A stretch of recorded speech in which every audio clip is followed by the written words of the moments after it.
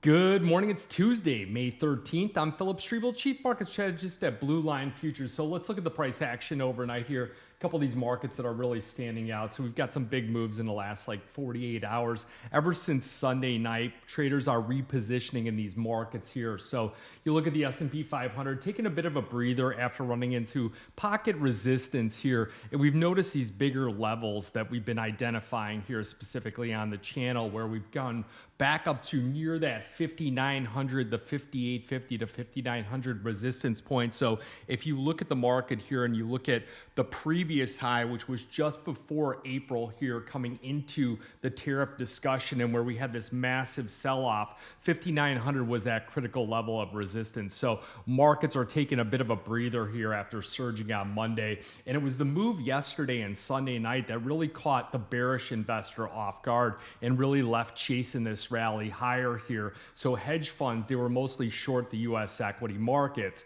Now we've seen some large banks, some large analysts, specifically like Goldman Sachs, raising some of their 3-month targets here on the S&P 500 to about 5,900, which seems to be the bull bear line. If we break back above that, you're going to see that psychological number of the 6,000 and then those previous near all-time highs here in double and triple top that we outline in the chart pack here, right around that 6,150 level here. So the market does remain cautious due to a lot of lingering uncertainties that are out there. Now, Goldman Sachs does expect that a 12-month price target of around 6,500, so it's implying about 11% gain from the current levels, but they warn about pressure on profit margins due to the higher tariffs. They did lower their recession expectations from 45% down to 35%. One thing that we'll grab here is that type of data coming out from large banks like Bank of America that are going to survey larger pools of people and things like that. So we want to monitor those recession expectations. Also, their GDP forecast is set for 2025 at 1%, and the expectations are just for one rate cut in December, and that comes down from 3. So remember, Trump here, he wants to push a lot of different agendas, but one of the problems that he has is if you have an economy that starts to stabilize and you get the recession fear starting to come down, you're going to see risk assets continue to rise, and those risk assets, because of them rising, will start to boost up and hold some of this inflation just a little bit higher, hold the economy in a position where the Federal Reserve really just continues to wait and see here. And that's why you start to see these rate cut expectations start to come down. Now, I'm under the firm belief that Jerome Powell will pull another one out of his playbook, like what we saw in December, where he said that, hey, I'm going to cut rates, and everyone applauded that. However, when the dialogue came along that he said that they were really on the fence and they didn't see it quite necessary in order to cut rates.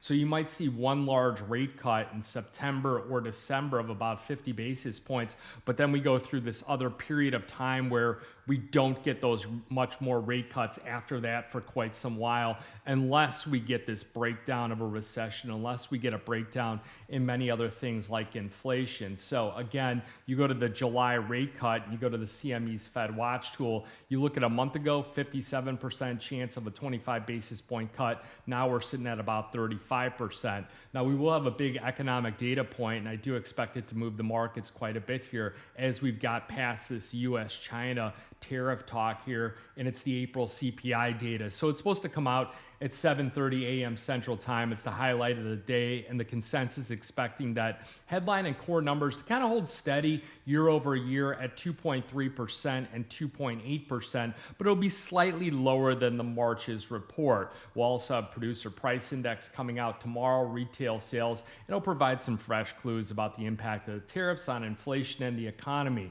So we'll also want to monitor further trade discussions and announcements from the Trump administration. So you got the S&P 500, 5,850, kind of anchored here, middle of the range, lower volatility. Something to note, volatility index absolutely collapsing yesterday and crashing to the downside here with the VIX at 1885, just up ever so slightly in the overnight session. But again, you've got the NASDAQ at 20,900. That's down about 45 points. You got the Dow down 185 and the Russell down 1 at just 2099.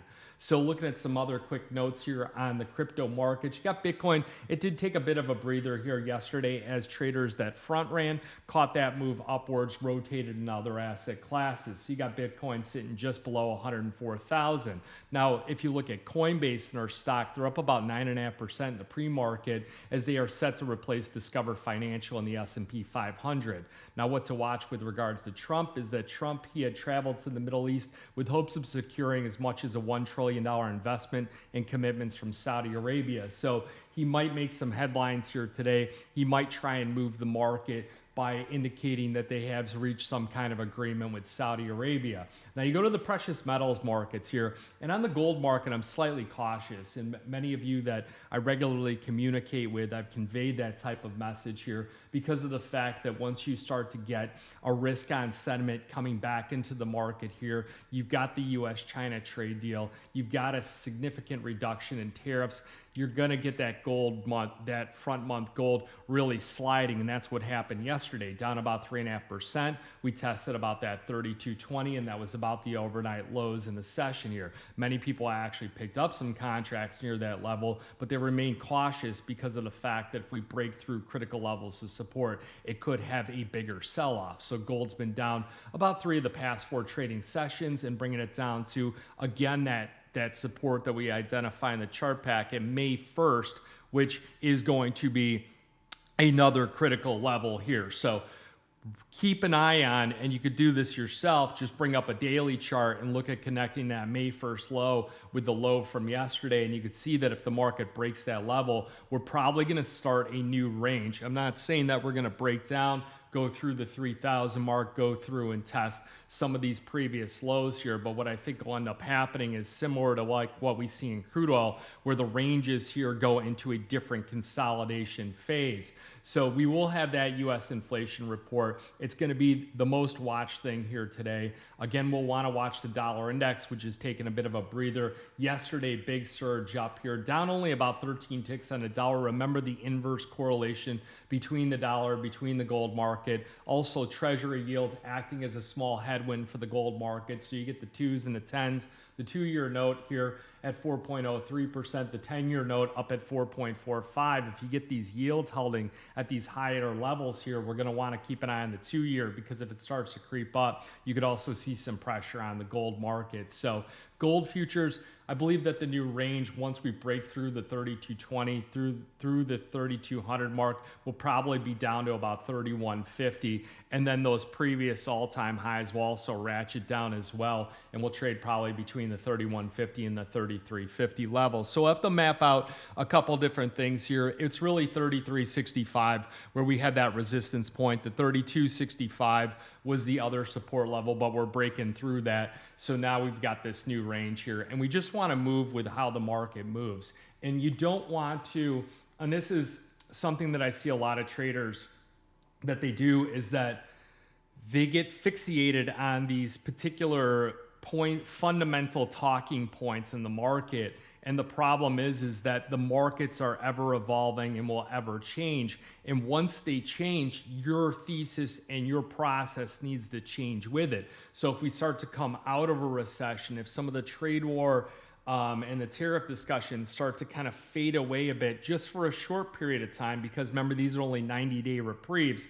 But the problem is that the markets may remain irrational longer than you could remain solvent as you wait for that 90-day reprieve to come through and to end, and tariff discussions begin again for the turbulence to come back into the market. So you just got to be aware that once the market changes, oftentimes it might be prudent to take a time out, to come out with a different plan, or to shift your focus to other markets.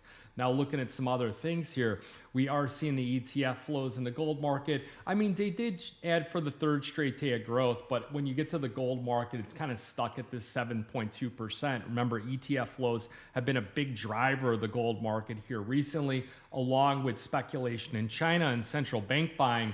And if you start to get some of these walls taken down as far as central bank buying in the gold market, you'll start to see them go back into things like U.S. Treasuries, and that's where Treasury yields can start to come down, and they can go back into more traditional assets, and you'll see that central bank buying will come down just a notch. The ETF flows might also come down a notch as traders are trying to chase other stocks and other things like the Magnificent Seven, or just reposition for other things. Now, something to note here is that you can look at the ETF flows in the silver market, excuse me, they added 2.99 million ounces of Troy ounces in their holdings in the last session. So it brings this year's net purchases to 19.2 million ounces. That's a third straight day of growth.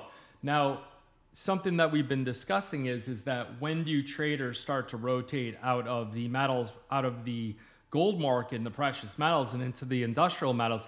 We've seen that lead the charge when we've come out of any of these crises like the 2008, the COVID, and I think we'll see it again here in the tariffs. And that's why you've got silver up 1.89% in the overnight market, and you only have gold up about 0.9%.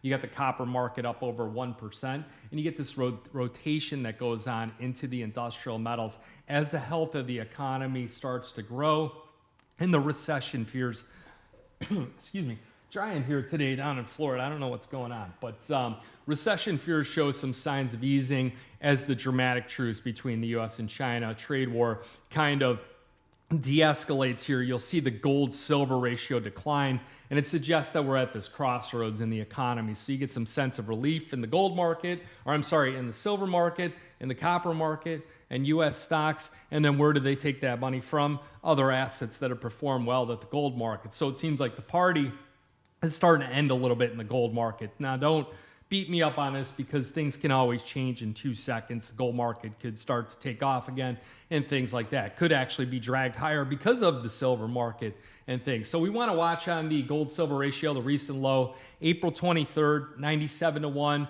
as possible signs of that rotation out of the safe haven into the industrial metals. Whereas that in the overnight, 98-1. Where was it 2 days ago? Friday? 2 days ago's trading session, 101-1. So you can see that some of this rotation is happening. And you look at markets like crude oil futures ran up to the resistance point. So about the 63 to 65 level was that previous support that we just could not break. And a lot of people were playing against that. And now the market here, it broke through it. Now what are we doing? We testing it back to the upside. We'll see that, crude oil futures are kind of on the fence here.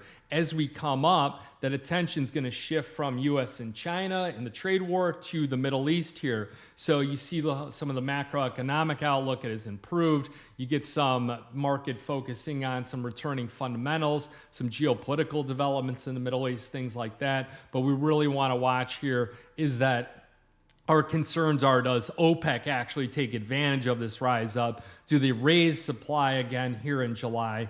Does the market have soft demand, even though we are avoiding a recession? And then we have the reduced U.S. shale supply, so do prices come up to a level where they could start to produce again?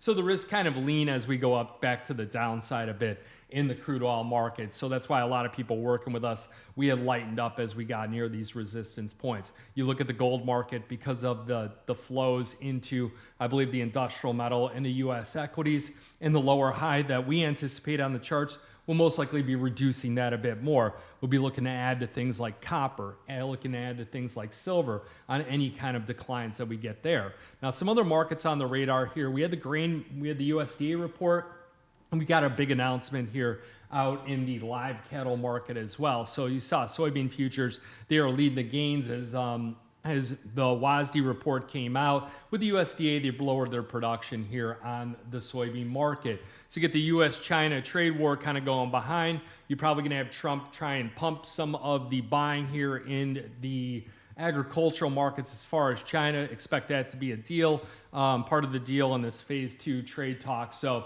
we might see soybean futures have higher levels of support, higher levels of resistance, and things like that. Now you go to the wheat market, something interesting there. It is falling at its lowest price in nearly 5 years. So they got larger than expected global supplies out there, and we've got some harvest pressure going on in the northern hemisphere.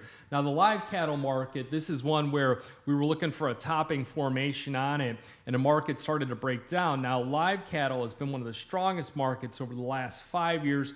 Incredible bull rally. Feeder cattle have also done the same things here. So the USDA announced that it had suspended imports of cattle and other livestock from Mexico due to continuing concerns here with this new screwworm plague here.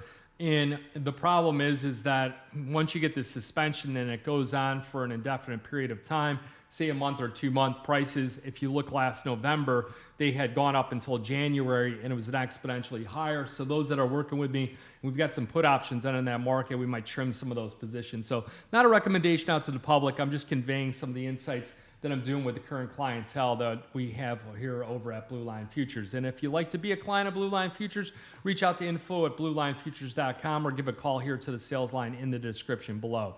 You guys got any questions, futures option trade, give us a call or shoot us an email. Again, remember, futures and option trading does involve risk of loss, may not be suitable to all investors. Good luck and good trading.